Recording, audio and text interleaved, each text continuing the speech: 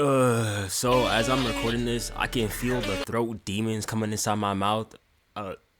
Pause, I guess, resume. So if my voice sounds like it's hanging on a thread like Sukuna's domain, it's because it is. Anyway, enjoy the video.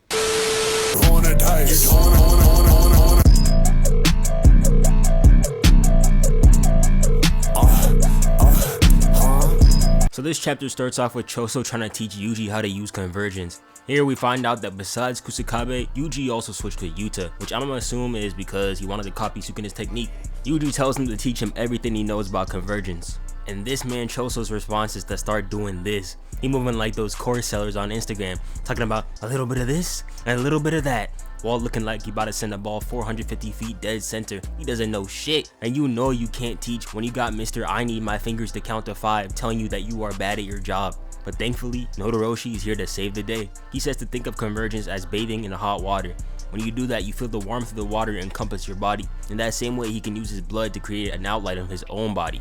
And Yuji's unserious ass talking about, like when you piss yourself? Funny how that works too. And also, I said this on stream, but when Todoroshi lost his clan, he must have lost his barber too.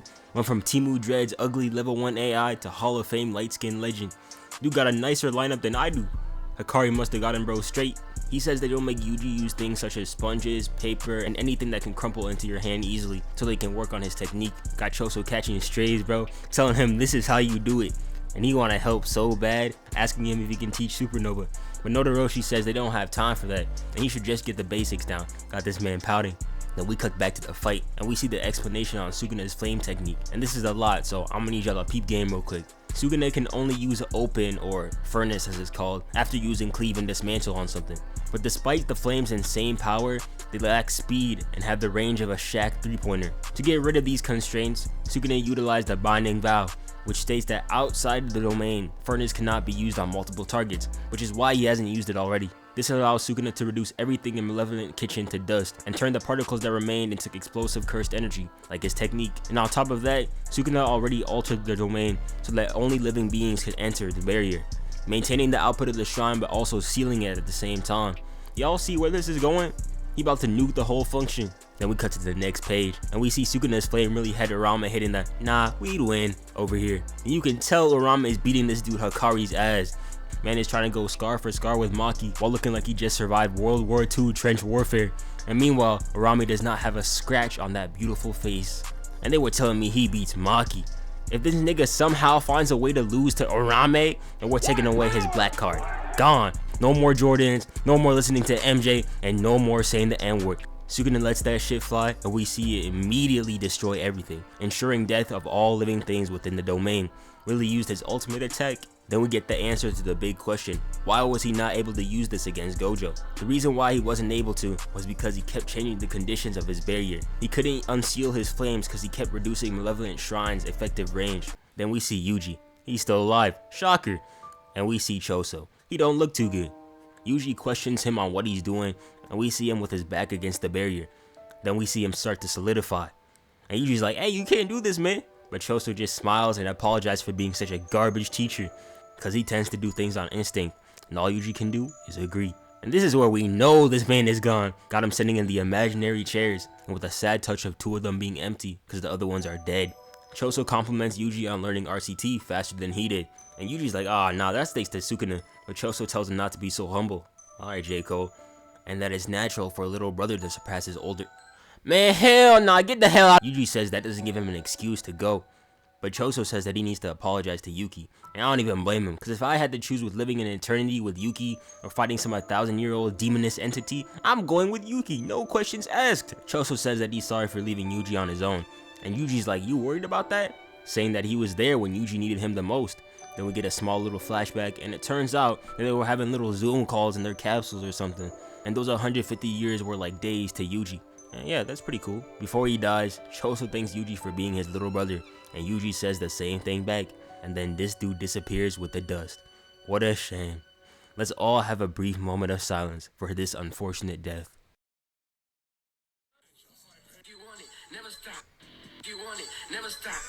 So much dirty money, I need it's holiday season. Cruising the fan with the suicide doors and $1 million covering your shoes at the door. And you know whose fault this is? Megami Fushiguro. I hate that man.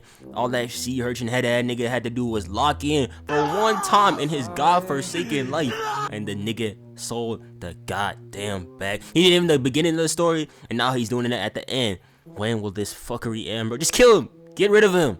Toss him away, bro. I don't know why we still here in the first place, bro. You don't want to live? Get rid of him. Yuji gets out looking for everyone, but they all gone. Narrator starts talking about how Yuji should get back for his big brother, but yet when his eyes fell upon the scorched earth, cool still air, and the settled dust, he found his conviction shaken to its roots.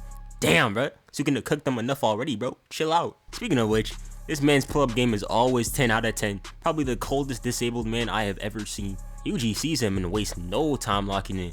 But right before that happens, we see another figure come out the dust. And I would have never guessed this reading the leaks in real time, but it was Todo. Got a new device strapped to his arm too. Really lost one brother to gain another. Then we get a flashback. May's talking to Todo. She says that they can use her crows to swap with the people inside the domain so they can evacuate. But got Maki over here angry as hell. I would be too. Took 2 black flashes in the span of 3 minutes. On Women's History Month too, that's crazy. But anyway, Mei questions him on if he'll be able to complete the task, since he'll have 4 targets and quite a bit of range to work with. But Todo's like, nah, I got that, saying he can still feel the beat of the boogie woogie. Miguel would have loved this man for sure. Immediately invited to the cookout. Then Todo says that he can't tell Yuji about the plan because of Sukuna and Yuji's resonance. Is that a Nobara reference? Guys, she's coming back! Even though Sukuna and Yuji don't share a body anymore, their souls still have a connection, and he might be able to reveal the plans to Sukuna unconsciously. Freaky as hell. And Todo says that they will only inform Yuji of Yuta's plan right before they do it, and they won't tell Yuji that Todo's a part of this. And Mei is like, my lips are as shut as my wallet. Ooh, y'all, she's serious now. Narrator goes on to explain that his plan with Mei, the time that he spent tuning up his technique with the Kotsu, and him not being able to verify the safety of his allies, along with the fact that he couldn't rescue Yuji and Choso because they were too deep in the domain, was not explained to Yuji because they had no time. Why did they have no time? Give me a sec. On the next page, Todo tells Yuji that he's sorry and that everyone is most likely fine. And Yuji's like, okay then, and immediately locks in. Gotta respect it, man. Bro never misses a beat. This is also one of my favorite panels right now. Just seeing these two back at it again. Now, the reason why Todo didn't have time to explain to Yuji was because after using his domain, Sukuna has now entered a state where it is difficult to use his curse technique. Really out here posing up like he's not about to get the ass whooping of a lifetime. Cause what does Sukuna really do now? His little domain made out of sticks and stones is gone. Basically didn't do shit. Sorry Choso fans. Now he's about to get jumped by the best duo since Shaq and Kobe. And he's still smiling. What now, bro? The next binding vow probably gonna send this man to the Shadow Realm as well. Man's been playing too much. But hey, I guess we'll find out next week. See you then. Dirty money, I need it's holiday season. Cruising his fan with the suicidal doors. $500,000 carpet, leave your shoes at the door. I miss what we... Before we end it off, this video was sponsored by Anime Express. Anime Express has a variety of merchandise from all your favorite animes, such as Jujutsu Kaisen, Naruto, Demon Slayer, One Piece, and others.